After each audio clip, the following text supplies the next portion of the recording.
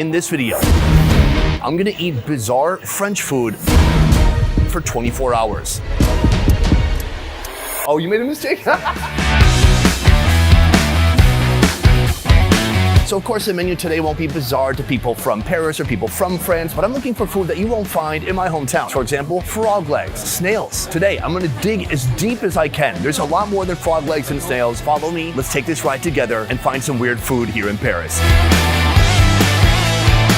We have come to our first restaurant, our first destination for today, Les Escargots. I think that's how you say it. Maybe you've heard about it in rap songs. Escargot, my cargo. Biggie, anybody? Biggie Smalls? Escargot is French for snails. Either their address is 1832 or this place has been open for a real long time. It's a very well-known establishment that has a huge wide range of food, from typical French classics to foods like snails and even pancreas. First meal, right here we have two dishes. This is a tartare, or in French, tartare, roughly speaking. This is a special gland from a calf. I'm gonna talk about that in a moment, but first, this is a beautiful presentation for tartare. I was told earlier that actually tartare in France used to be really popular to make with horse meat. Here, they don't have horse. You better believe when I found that out, I asked, hey, do we have a horse option? They said, no. This is beef, French fries on the side. Can I tell you something? Here in France, they don't even say the French part, just fries. Take a look at this. You can tell it's like hand chopped and not just ground meat. Oh, I got a nice big bite. Some raw beef for breakfast. Let's go. Oui. It's so good. It's very light, aromatic. It's interesting because it's like sticky, cold, heavy, but the flavors couldn't be more light, really gentle. I love the feel, I love the taste, and especially when you put it on some bread. Ooh, chef's kiss. Very nice. That is our first course. Right here is the sweetbread. It's a mix of a few different things. There's a bread here, there's potato, and then this is a sweetbread, which is not a bread at all. This is actually a gland. What gland? Well, let me tell you. This is the thymus of a calf. Well, where's the thymus? It's like right here, basically. It's a small gland that's part of your lymphatic system. That sounds delicious. I've never had this. Your lymphatic system is part of your immune system. And there's one thing this immune system could not fight off, and that's why it's here on my plate right now. Anybody would have the patience or thought to remove this part from the animal and cook it up to make it look like a 5-star meal? Look at this. It has a bold, smoky, almost slightly bitter flavor. It's super soft. Nothing like I've had before. I would compare it mostly to something between a brain and a liver. That's weird. I mean, I like it. It's weird in the best way possible. There's so much of it. Look how big this is. They do not shortchange their guests on the thymus. I mean, if you come here, you're hungry for this, you might have to split it with a friend. There's so much. The best part about this very strange food is they brought me a white wine that they said actually pairs with this sweetbread. Yeah. Last thing I want to say about this, sweetbread. I love the term sweetbread because it is so euphemistic. The only way to get people to eat something like this is to be like, it's bread. It's basically bread. What are you talking about? Well, that doesn't look like bread. What kind of bread is it? Sweetbread. Just eat it.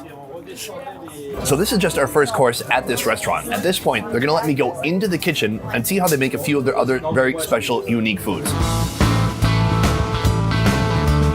This is our chef for today. She's going to be preparing the frog legs. Step one, the frog legs are put in some flour. After the oil is heated up here in the skillet, it just goes directly on there. A little bit of salt, giving them a little bit of a flip. More oil, yes. How do you say butter in French?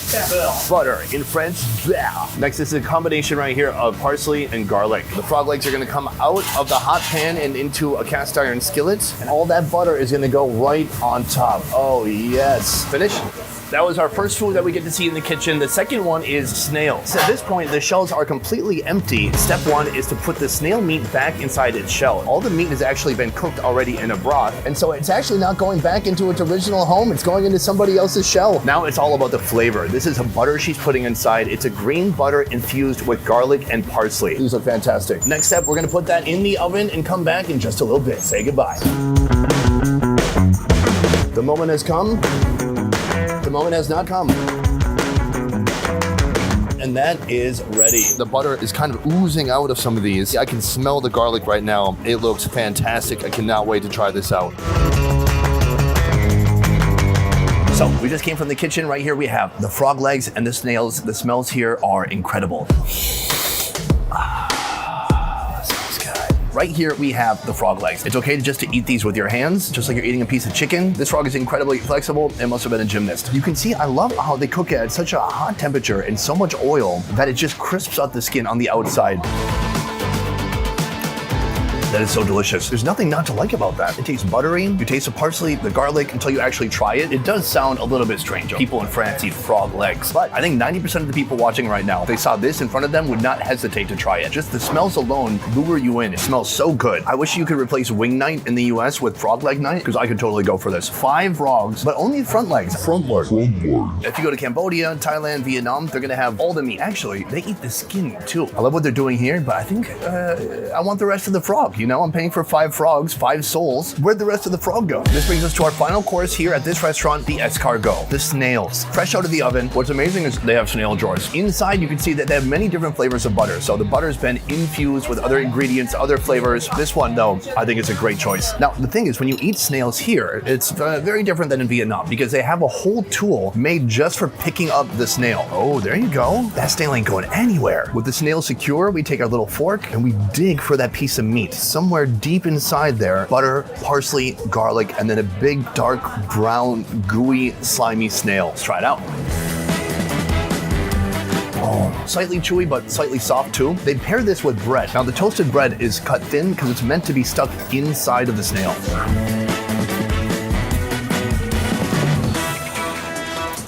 I gotta say, I thought the snail holder was overkill. It is very effective. The funniest part to me is that they just boil random snails and put them in random shells. I'm a big snail fan. Ever since moving to Vietnam, I've had dozens of different types of snails with different preparations. I love that, and I love this too. Although I gotta say here, in France, snails are much more expensive than in Vietnam. This is lunch. Soon, we're gonna head to dinner at our next location. It's gotta be against the law to look this damn good.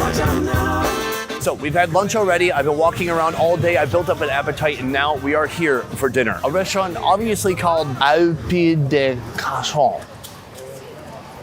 Probably. This restaurant is 70 years old. Here you're gonna find a lot of classic French food, and not just little bites either. They have some seriously big, heavy food here. I'm gonna step into the kitchen immediately to see how they whip up one of their most unique dishes. Let's go. Right now, I'm in the kitchen with Christophe Lemire. Here we have calf liver. It looks gorgeous, it looks slippery. I've never had calf liver. I'm not sure the reason for it. Maybe it's more tender, maybe it's more innocent tasting. We're gonna see how they prepare it here in just a moment. Let's do this. He takes the liver, he's gonna dredge that in a little bit of flour. The butter goes into a hot skillet, dredge the liver once more, beat off some of that flour, and then boom. Nice and easy, right into that butter. The sound is incredible. He starts basting it. He's putting the butter over the top, cooking it from both sides. The smells in here are incredible. It's rich, it's buttery. Next, some garlic and a bay leaf go inside. He gives it a little bit of a flip, and my gosh, that is looking incredible. I've never seen a liver cooked this way, where it has almost a crust on the outside. Here he's scooping out a veal demi-glaze. Look at that thick, beautiful glaze. Gently moves the liver over to the plate. First he puts on lemon, capers, parsley, and croutons. Chef, merci. It looks incredible. My first time having calf liver. Let's go.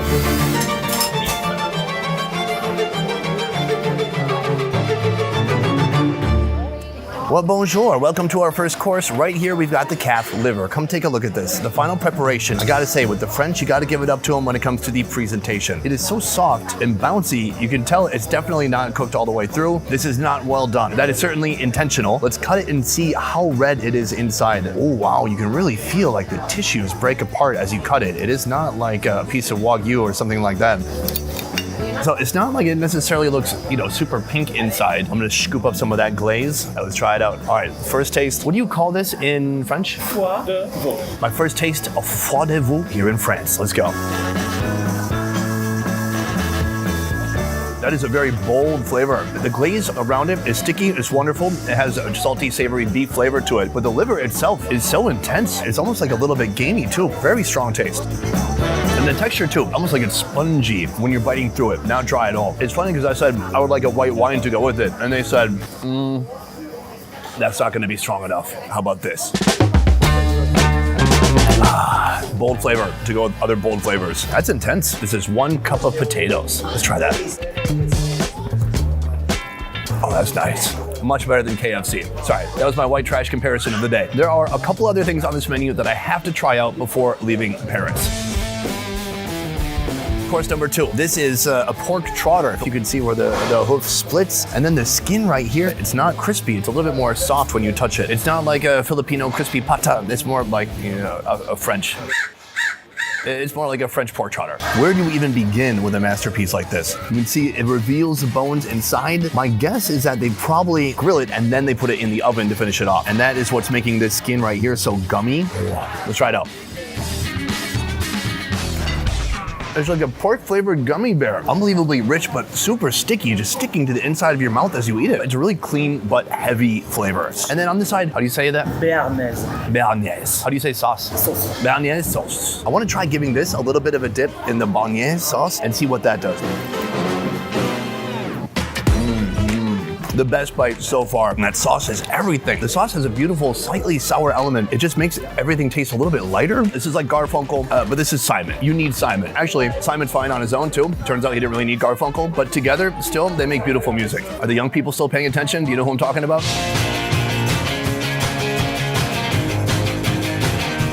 Oh, final course. Here, this is kind of similar to what we had already. Can you look at that and distinguish what that is? Give you a hint, it's part of a pig. This part. It's the snout. I'm gonna try to use my fork this time. Wow, that is just like pure fat. This is one of the most rich dishes I've ever had in my life. It's so soft, it's been cooked so long, the meat and the fat just peel right off. Considering this is almost like eating pure butter. There we go. That is pork butter. What I've learned from the last dish is that this is so much better with béarnaise sauce. How was that? He's going, yeah, that's great. A delicious snout, like skin and just pure fat. But when you mix it with that sauce, it's very lovely. So there's a patron saint of butchers. I bet you didn't know that. His name is Saint Antoine. And this dish is called the Temptation of Saint Antoine. And it's all the stuff that will make him be tempted. Take a look at that. That is a big old chunk of pig ear, but it's mostly just cartilage and skin. Let's give it a little bit of a dip. Oh yes, it's like Doritos, but better.